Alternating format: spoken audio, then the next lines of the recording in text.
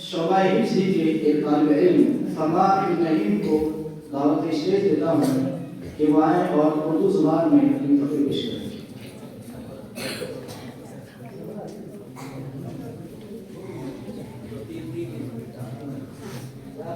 السلام علیکم ورحمۃ اللہ وبرکاتہ۔ الحمد للہ وکفى وسلام علی عباده الذین اصطفى، اما بعد فاعوذ باللہ من الشیطان الرجیم، بسم اللہ الرحمن الرحیم۔ قال الله تعالى في القرآن المجيد والفرقان الحميد، إن الدين عند الله الإسلام۔ جناب صدر انجمن اور حاضرین مجلس اور باہر سے آئے ہوئے مہمان گرامی قدر اور میرے اساتذہ اکرام، جیسا کہ آج کی سالانہ انجمن میں ایک تقریر پیش کرنا چاہتا ہوں جس کا عنوان ہے اس عظیم الشان نعمت کی قدر کیجیے۔ اللہ رب العالمین نے ہم انسانوں پر بے شمار احسانات کیے ہیں اور ہمیں لا تعداد نعمت عطا کی ہے، لیکن جب ہم غور کرتے ہیں تو ہمیں معلوم ہوتا ہے کہ اللہ کی دی ہوئی تمام نعمتوں میں سب سے عظیم نعمت اسلام ہے۔ دنیا میں آج تمام مذاہب پائے جاتے ہیں مگر مذہب اسلام جیسا کوئی مذہب نہیں پایا جاتا۔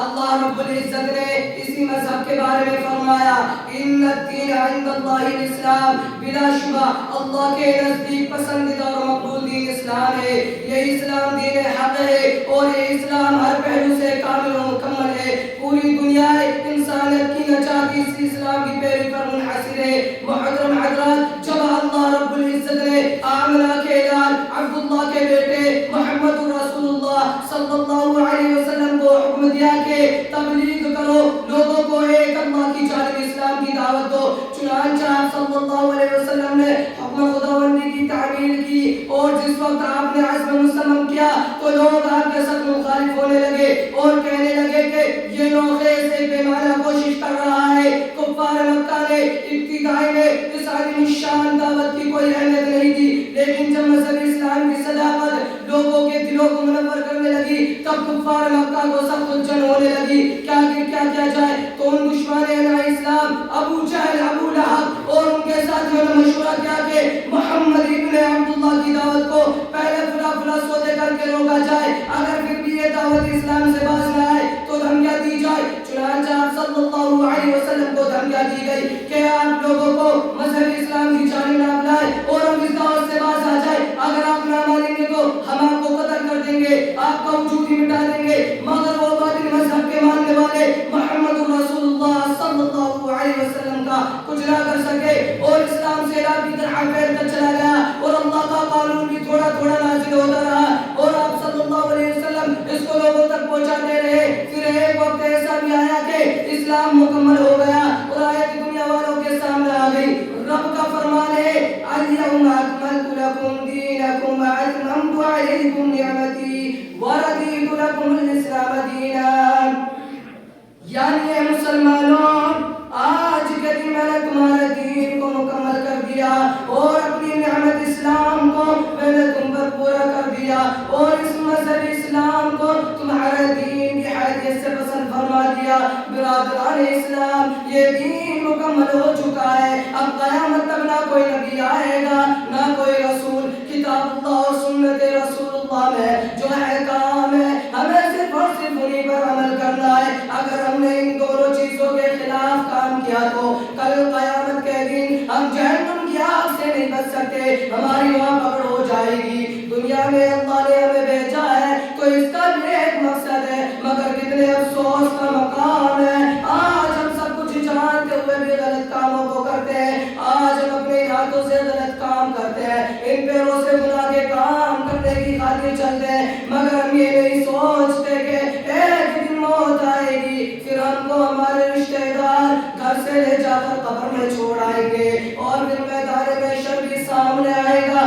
وہاں ہم سب سے ایک ایک چیز کے بارے میں اللہ تعالیٰ پوچھے گا بتاؤ تم نے جوانی میں کیا کیا اور بڑھاپے میں کیا کیا برادران ملت اسلامیہ حقیقت تو یہ ہے کہ آج ہم نے اسلام کو نہیں سمجھا اور نہ ہی تعلیم قرآن کو سمجھا یہی وجہ ہے کہ آج ہمیں آخرت کی فکر نہیں اسلام جیسی نعمت ہونے کے باوجود اس کی قدر نہیں جب کل قیامت کے دن ساری انسانیت کو اللہ عز و جل اپنے سامنے کھڑا کرے گا تو ایک ایسے نافرمان کا حساب و کتاب لے گا جو دنیا میں جانتے بوجھتے گناہ کرتا تھا جب اس کی خطاؤں کی فہرست اس کے سامنے رکھی جائے گی تو گنہگار اپنی ان تمام دنیا میں کوئی غلطیوں سے مکر جائے گا اور صاف کہے گا اے اللہ میں نے تو گناہ کے ہی نہ کے تب اللہ تعالیٰ اس کی زبان سے قوت گویائی سلب کر لے گا اور اس کے منہ پر مہر لگا دے گا جب اس کے جسم کے اعضاء کو قوت گویائی دی جائے گی تب وہ اس کے گناہوں کی گواہی دیں گے کیونکہ اللہ تعالیٰ سورہ یاسین میں فرماتا ہے اليوم نختم على افواههم وتكلمنا ايديهم یعنی ہم اس دن ان مجرموں کے منہ پر مہر لگا دیں گے اور پھر ان کے ہاتھ بولیں گے اور ان کے پاؤں گواہی دیں گے معلوم ہوا کہ اگر ہم نے اسلام کی تعلیم پر عمل نہ کیا تو ہم کامیاب نہیں ہوں گے اس لیے ہمیں چاہیے کہ ہم اسلام کی اس نعمت عظمیٰ کی قدر کریں اور تعلیم اسلام پر ساری زندگی عمل کریں کیونکہ اسی میں کامیابی ہے میں اللہ تعالیٰ سے دعا کرتا ہوں کہ ہمارے رب ہمیں اپنی اس عظیم الشان نعمت کی قدر کرنے کی توفیق عطا فرما اور ساری زندگی کتاب و سنت پر عمل کرنے کی بھی توفیق عطا فرما اور ہم سب کو حساب و کتاب والے دن کی مشکلات سے بچا آمین یا رب العالمین وما علینا الا البلاغ والسلام علیکم ورحمۃ اللہ وبرکاتہ